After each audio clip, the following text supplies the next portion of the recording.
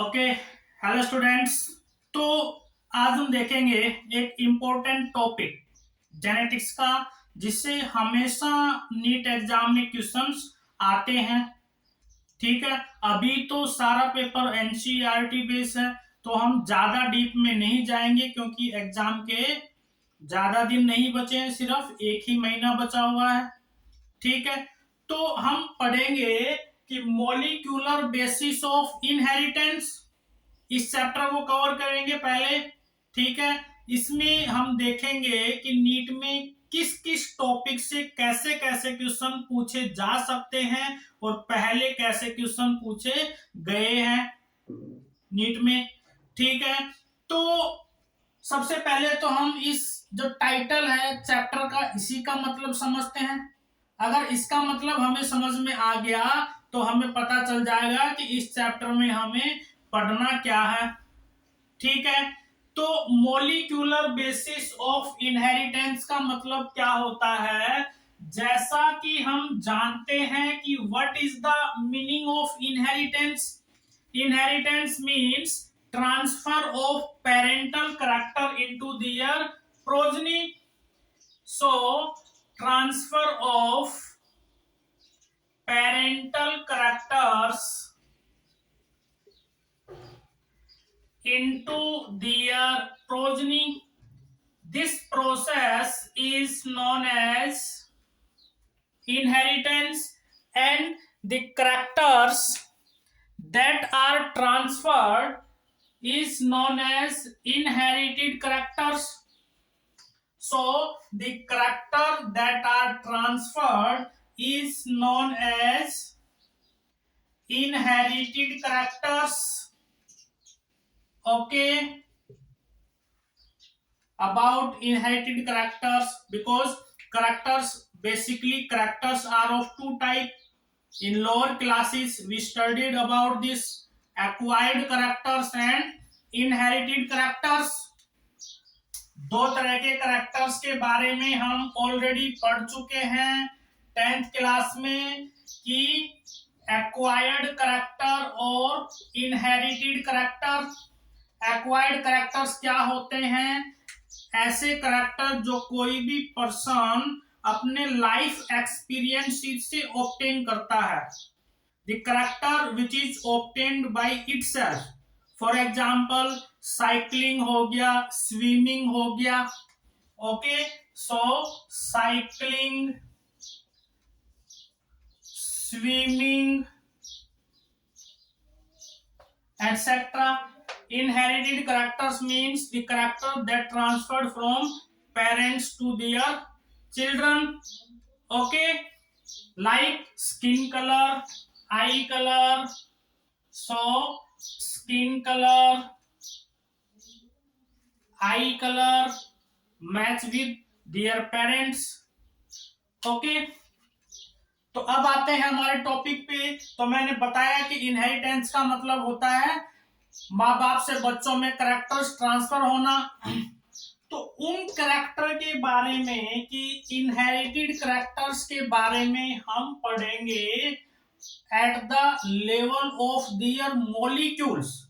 मतलब कि ऐसे कौन कौन से मॉलिक्यूल्स हैं जिनसे ये इनहेरिटेड कैरेक्टर बनते हैं, कैसे ये इनहेरिटेड कैरेक्टर पेरेंट्स से बच्चों में ट्रांसफर होते हैं, क्या इनहेरिटेड कैरेक्टर है। ठीक है। तो जैसा कि हम जानते हैं कि हमारी बॉडी में न्यूक्लियस के अंदर जेनेटिक मटेरियल प्रेजेंट है। ठीक है। सभी लिविंग ऑर्गेनिज्म जेनेटिक मटेरियल रखते हैं अपने अंदर। सेल के न्यूक्लियस के अंदर जेनेटिक मटेरियल प्रेजेंट है। तो क्या है जेनेटिक मटेरियल? तो हमें पता है कि DNA and RNA both act as genetic material. DNA act as genetic material in most of the living organism, while RNA act as genetic material in few viruses or few organisms. Okay. NCERT में example दिया हुआ है कि inside tobacco mosaic virus and cubibacteriophage RNA act as genetic material. Important question. Act as genetic material. Clear? अब अगर मान लो कोई अगर क्वेश्चन पूछे कि this genetic material is also known as nucleic acid, हम डीएनए आरएनए को न्यूक्लिक एसिड के नाम से भी जानते हैं, ऐसा क्यों? तो हमें पता है, सिंपल सी बात है कि DNA found inside nucleus of a cell, so that's why we use word nucleic, and these are acidic in nature due to presence of phosphate group. So DNA and RNA are acidic in nature. Why? Due to presence of phosphate group. That's why we call genetic material as nucleic acid. Very simple thing. Clear? तो इसके बाद हम देखते हैं कि ये जो nucleic acid है हमारी बॉडी में बनता कैसे है. How nucleic acid is synthesized inside living organism. Clear? So simple सी बात कि how nucleic acid is formed. तो हमें पता है कि nucleic acid is formed by polymerization process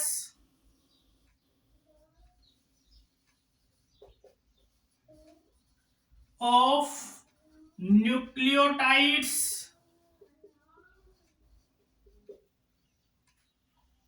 इसका मतलब क्या कि हम क्या वो कह सकते हैं कि जो न्यूक्लिक एसिड है वो पॉलीमराइजेशन प्रोसेस के थ्रू बनते हैं.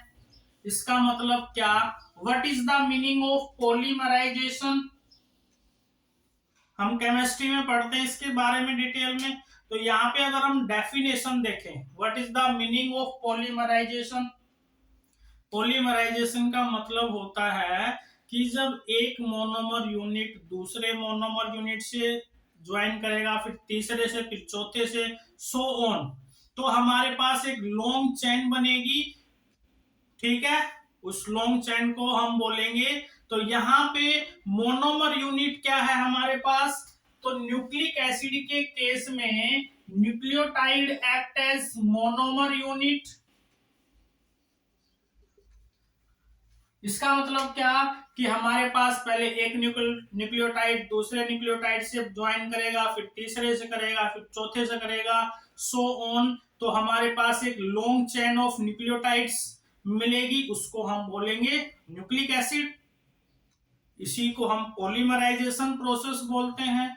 जैसे हम सेलुलोज और स्टार्च, उसमें भी हम पढ़ते हैं कि सेलुलोज में क्या होता है, जब ग्लूकोज ग्लूकोज ग्लूकोज ग्लूकोज आपस में ज्वाइन करते हैं तो हमें एक लॉन्ग चेन ऑफ ग्लूकोज मिलती है जिसको हम सेलुलोज बोल देते हैं.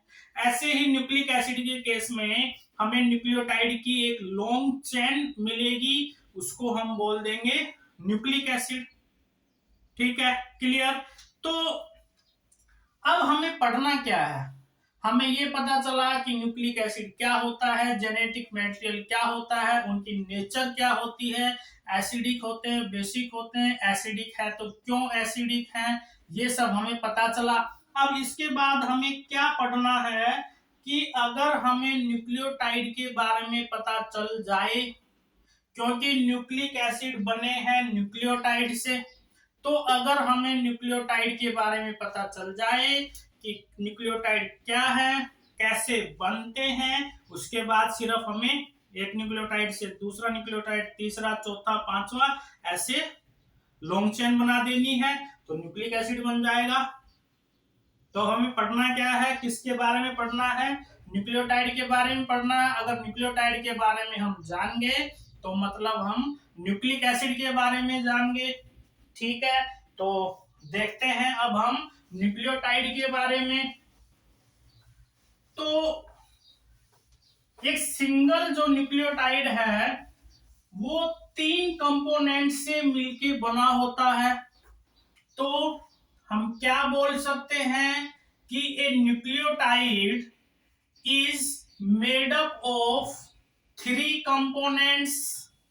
First component will be nitrogen base, second component of nucleotide is pentose sugar, and third component of nucleotide is phosphate group। ये 3 चीजें मिलके एक न्यूक्लियोटाइड को बनाती हैं। ठीक है, तो पहले हम इन तीनों के बारे में देखेंगे, 3 कंपोनेंट्स के बारे में, फिर हम इन तीनों कंपोनेंट्स को आपस में जोड़ देंगे तो हमारे पास एक न्यूक्लियोटाइड बनेगा। ठीक है, तो पहले हम देखते हैं नाइट्रोजन बेसिस के बारे में। तो जो नाइट्रोजन बेसिस हैं,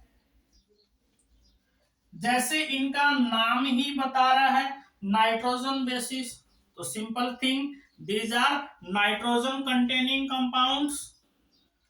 okay, these are heterocyclic compounds. So nitrogen bases are heterocyclic compounds।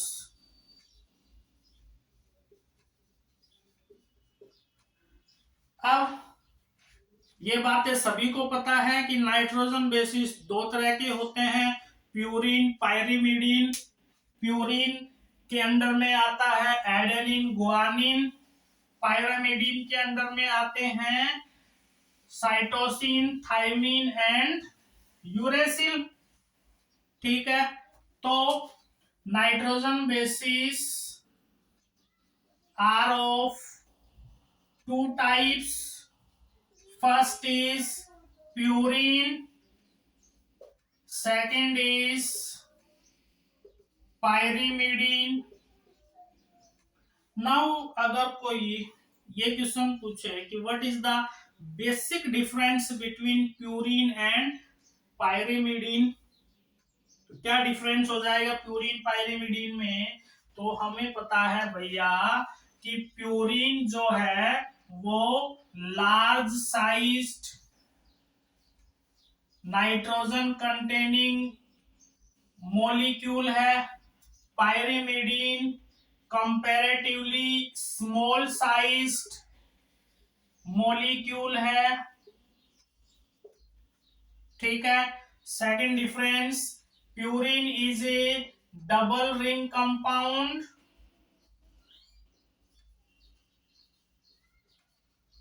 For example, just for your understanding,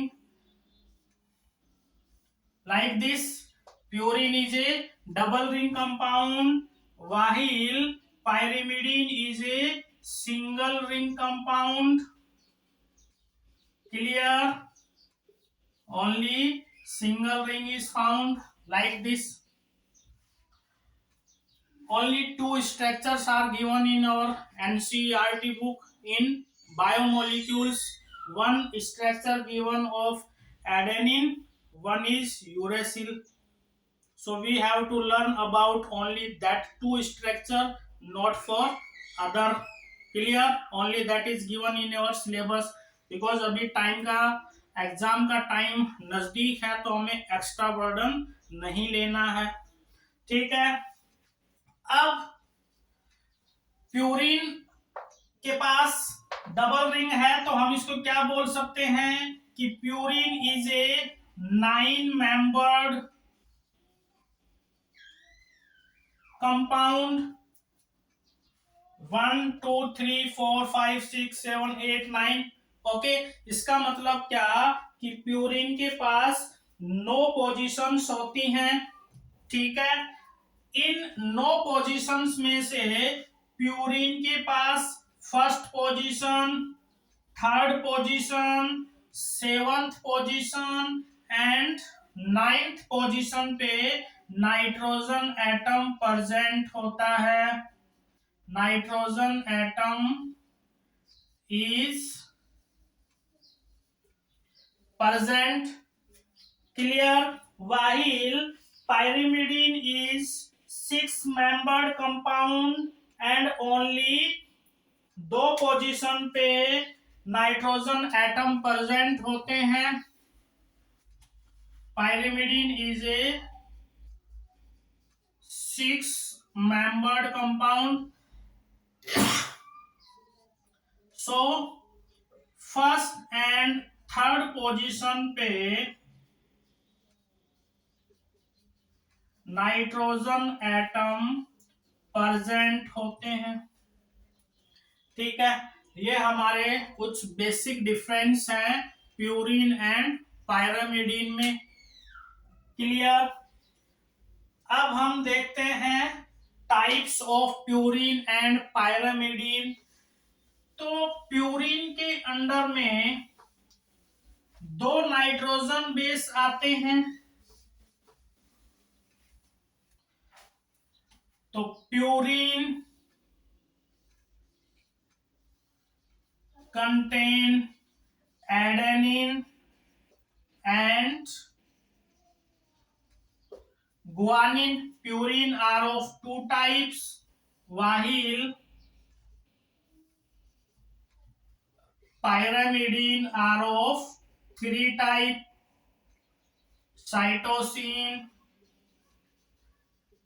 thymine and uracil। Okay बच्चों, तो बच्चों इसी टेबल से एक बार नीट में क्वेश्चन आया हुआ है। क्या क्वेश्चन पूछा गया था? आई थिंक 2018 के में आया था ये।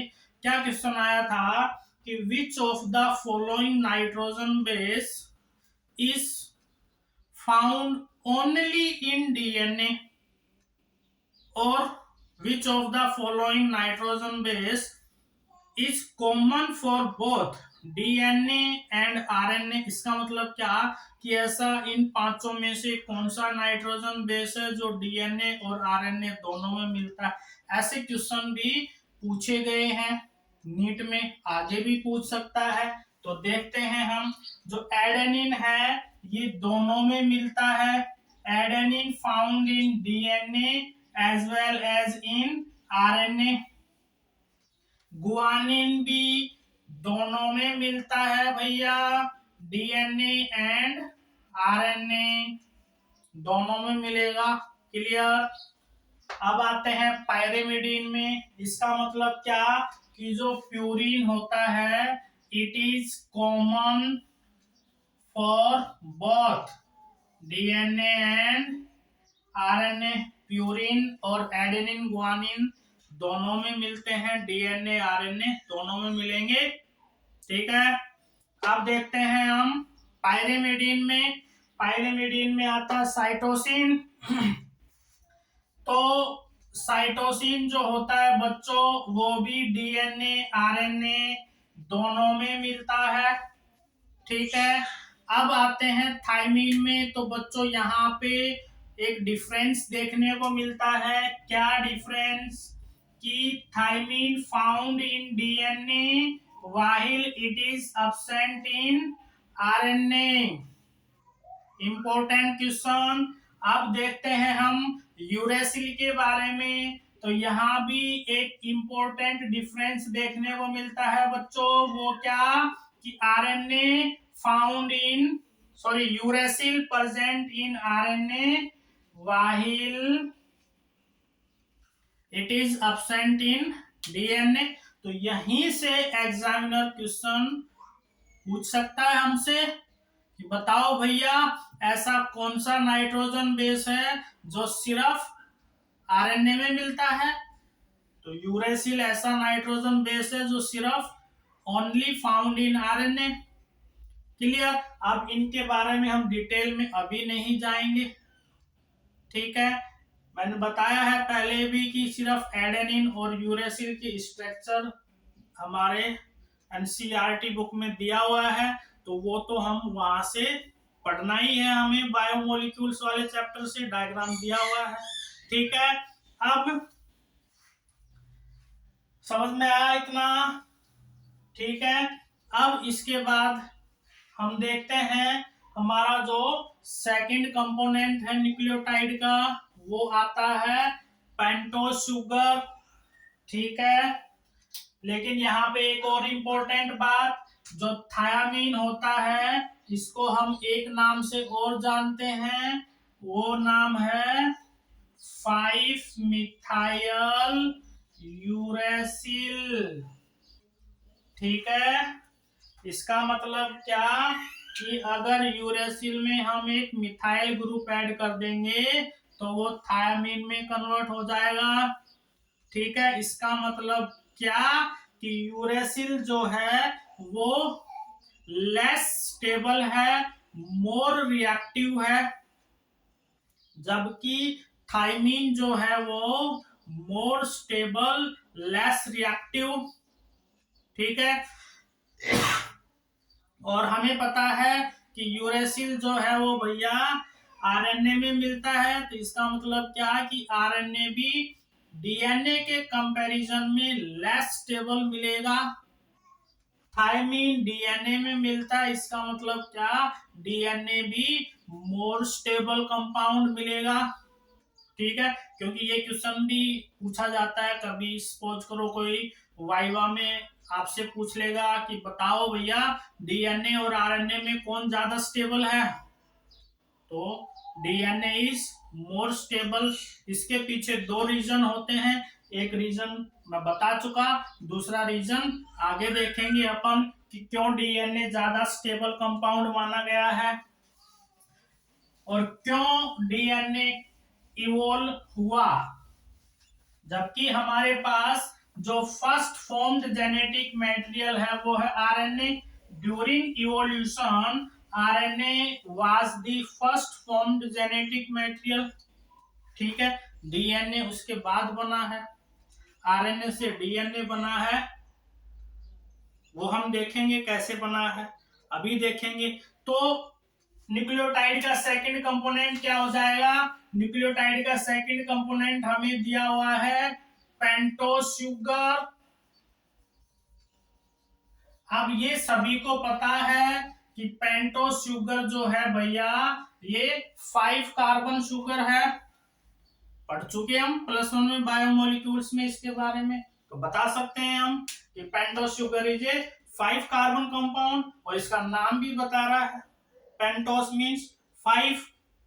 ठीक है, अब एग्जाम्पल क्या है, तो हमने ये भी पढ़ा हुआ है +1 में कि ribose sugar is most common found pentose sugar in our cell. ठीक है, तो इसका एग्जाम्पल हो जाएगा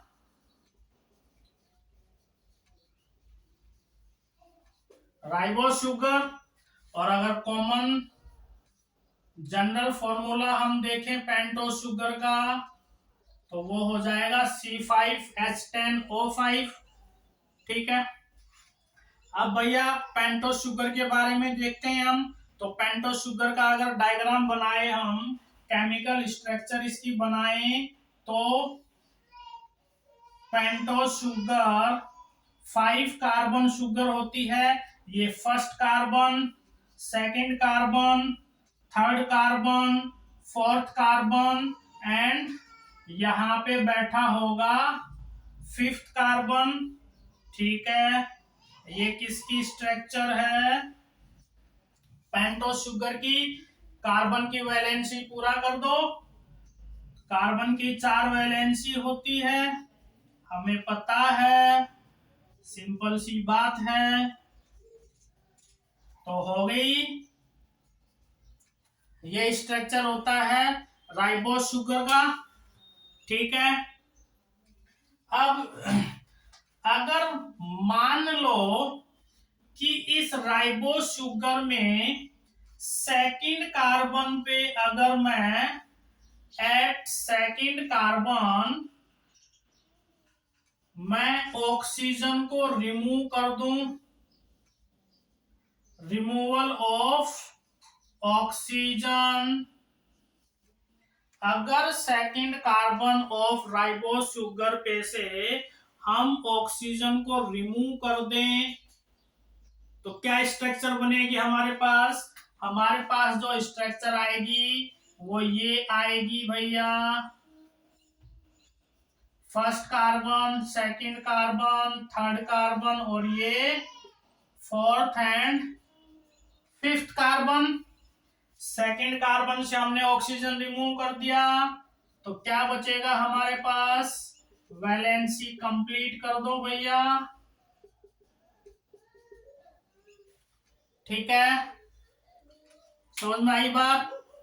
तो हमने सेकेंड कार्बन से जब ऑक्सीजन को रिमूव किया, तो इस प्रोसेस को क्या बोलते हैं? Removal of oxygen. That process is known as deoxygenation. Removal of oxygen is known as deoxygenation, like removal of CO2 known as decarboxylation. So this D word we generally use for removal of anything. Clear? तो क्या आ जाएगा हमारे पास यहाँ पे कि भैया जब oxygen remove कर दी, प्रोसेस को बोला डीऑक्सीजनेशन। अब इस डीऑक्सीजनेशन वर्ड का हमें प्रीफिक्स यूज करना है, डीऑक्सी। तो इस शुगर का नाम क्या आ जाएगा यहाँ पे? Deoxy ribose sugar. ठीक है, तो राइबोस शुगर कहां से बनी है? सॉरी, डीऑक्सी राइबोस शुगर कहां से बनी है? राइबोस शुगर से। ठीक है, किस प्रोसेस के थ्रू बनी है? डीऑक्सीजनेशन के थ्रू। ठीक है, अब अगर कोई आपसे पूछे कि बताओ राइबोस शुगर और डीऑक्सी राइबोस शुगर में से which one is main sugar and which one is derivative of sugar? तो सिंपल सा आंसर है बच्चों, हम बता सकते हैं। क्या बता सकते हैं? कि ribose sugar is the main sugar while deoxyribose sugar is derived from ribose sugar। Clear है? तो इसका मतलब क्या कि हमें ये भी पता है कि ribose sugar present in RNA, deoxyribose sugar present in DNA. Clear? अब जो हमारे न्यूक्लिक एसिड हैं, डीएनए, आरएनए, अगर कोई ये पूछे कि बताओ डीएनए को हमने या न्यूक्लिक एसिड को हमने डीएनए आरएनए ही नाम क्यों दिया? कुछ और नाम भी रख सकते थे इसका भैया, डीएनए ही क्यों रखा, आरएनए ही क्यों रखा? हम बता सकते हैं कैसे। जिसमें राइबोस शुगर प्रेजेंट होगी उसको हमने बोला ribose nucleic acid. Genetic material को न्यूक्लिक एसिड क्यों बोलते हैं वो पहले ही बता चुका, न्यूक्लियस में मिलते हैं, एसिडिक इन नेचर है due to presence of phosphate group, and जिसमें जो शुगर प्रेजेंट होती है उसी के नाम पे इसका नाम दिया गया है। समझ में आई बात? तो आरएनए की फुल फॉर्म क्या है? राइबोस न्यूक्लिक एसिड, क्योंकि इसमें शुगर राइबोस प्रेजेंट है। डीएनए का पूरा नाम क्या है? Deoxyribose nucleic acid. क्यों? क्योंकि भैया इसमें शुगर कौन सी प्रेजेंट है? Deoxyribose sugar. क्लियर? इसलिए डीएनए का पूरा नाम क्या हो जाएगा? Deoxyribose nucleic acid. अब नेक्स्ट क्वेश्चन जो हमसे पूछा जाता है कि बताओ राइबोस शुगर और डीऑक्सीराइबोस शुगर में which one is more stable sugar? तो हम बता सकते हैं क्या कि भैया राइबोस शुगर में सेकेंड कार्बन पे OH ग्रुप है, और हमें पता है कि OH group is highly reactive group. Chemistry में पढ़ा हमने कि OH group is highly reactive group, और ये भी हमें पता है कि जो ज्यादा रिएक्टिव होगा वो लेस स्टेबल होगा। तो मैंने क्या बोला कि राइबोस शुगर पे सेकंड कार्बन पे OH ग्रुप प्रेजेंट है, जिसकी वजह से राइबोस शुगर मोर रिएक्टिव होगी, मोर रिएक्टिव एंड बच्चों less stable. Is it clear? Simple thing. जबकि डीऑक्सीराइबो शुगर में सेकंड कार्बन पे OH ग्रुप एब्सेंट है, तो इसका मतलब क्या कि जो डीऑक्सीराइबो शुगर है ये क्या होगी, less reactive and more stable. ठीक है। अब हमसे अगर कोई क्वेश्चन पूछे कि बताओ भैया कि डीएनए आरएनए में ज्यादा स्टेबल कंपाउंड कौन सा है, तो हम बता सकते हैं कैसे भैया। आरएनए में sugar present, ribose, ribose sugar is more reactive less stable. अगर राइबोस शुगर लेस स्टेबल है तो आरएनए भी लेस स्टेबल होगा। जबकि डीएनए में शुगर डीऑक्सीराइबो शुगर जो कि मोर स्टेबल है, तो डीएनए भी मोस्ट स्टेबल होगा, क्योंकि DNA is most stable compound, while comparatively RNA is less stable compound। ठीक है। तो बच्चों दो रीजन मैंने बताए हैं कि आरएनए क्यों लेस स्टेबल है और डीएनए क्यों मोर स्टेबल है। ठीक है। इसीलिए वायरसेस में जो जेनेटिक मटेरियल होता है वो आरएनए होता है। ठीक है। इसीलिए जो अभी कोरोना चला था, कोरोना जो वायरस था कोविड 19 में, उसका जेनेटिक मटेरियल क्या था, आरएनए था। अब हमें पता है कि आरएनए लेस स्टेबल है। इससे क्या कि अगर थोड़ा सा भी इस पे इफेक्ट हो गया एक्सरेज का, यूवी रेज का, या कोई भी साइड केमिकल वगैरह का, कोई भी अगर इस पे साइड इफेक्ट हो गया तो इसमें म्यूटेशन जल्दी होगा, लेस स्टेबल है, अपनी रिएक्शन करेगा, न्यूक्लियोटाइड की सीक्वेंस चेंज होगी, उसी को म्यूटेशन बोलते हैं। म्यूटेशन होगा, अगर म्यूटेशन हो गया तो कोई नया ही जेनेटिक मटेरियल बनेगा, नई न्यूक्लियोटाइड सीक्वेंस बनेगी, नया जेनेटिक मटेरियल, नया वायरस। इसीलिए तो कोरोना की डिफरेंट डिफरेंट स्ट्रेन्स आई। ठीक है। तो जो वायरल डिजीज होती है उसको कंट्रोल करना थोड़ा मुश्किल होता है as compare to bacterial disease. क्यों? क्योंकि भैया बैक्टीरिया में जो जेनेटिक मटेरियल होता है वो डीएनए होता है, पता है हमें। अब डीएनए मोस्ट स्टेबल है, इसमें म्यूटेशन के चांसेस बहुत कम होते हैं। इसीलिए कोई भी बैक्टीरियल डिजीज देख लो, फॉर एग्जांपल पोलियो हो गया, पोलियो की वैक्सीन कितने सालों पहले खोजी गई थी, आज भी काम कर रही है। क्यों? क्योंकि पोलियो का जो बैक्टीरिया था भैया, उसका जेनेटिक मटेरियल डीएनए, वो पहले भी वो ही न्यूक्लियोटाइड सीक्वेंस थी और आज के बैक्टीरिया में भी वो ही न्यूक्लियोटाइड सीक्वेंस है। मतलब डीएनए में कोई चेंज नहीं आया, तो वैक्सीन उस टाइम भी काम कर रही थी, अभी भी काम कर रही है, आगे भी काम करेगी। तो बैक्टीरियल डिजीज के खिलाफ कोई भी वैक्सीन एक बार डिस्कवर हो गई वो सालों साल काम करती है। जबकि भैया वायरल डिजीज में ऐसी कोई गारंटी नहीं होती, वो कभी भी अपना नया रूप लेके आ सकता है, क्योंकि उसमें आरएनए जेनेटिक मटेरियल होता है।